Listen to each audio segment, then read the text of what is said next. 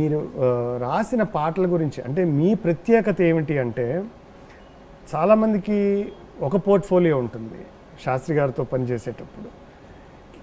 మేజర్గా పాటకు సంబంధించిన 2 మేజర్ డిపార్ట్మెంట్స్లోనూ ఆ 2 పాత్రల్ని మీరే పోషించిన నాకు తెలిసి ఏకైక వ్యక్తి ఏమో శాస్త్రి గారితో ట్రావెల్ చేసి. తర్వాత వచ్చి ఉండొచ్చు ఎవరైనా.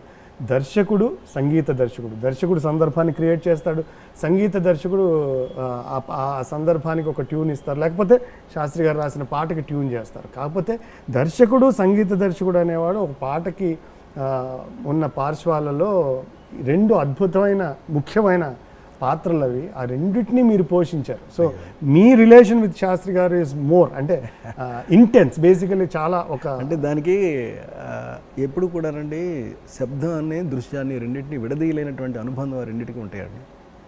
Even silence is also a sound.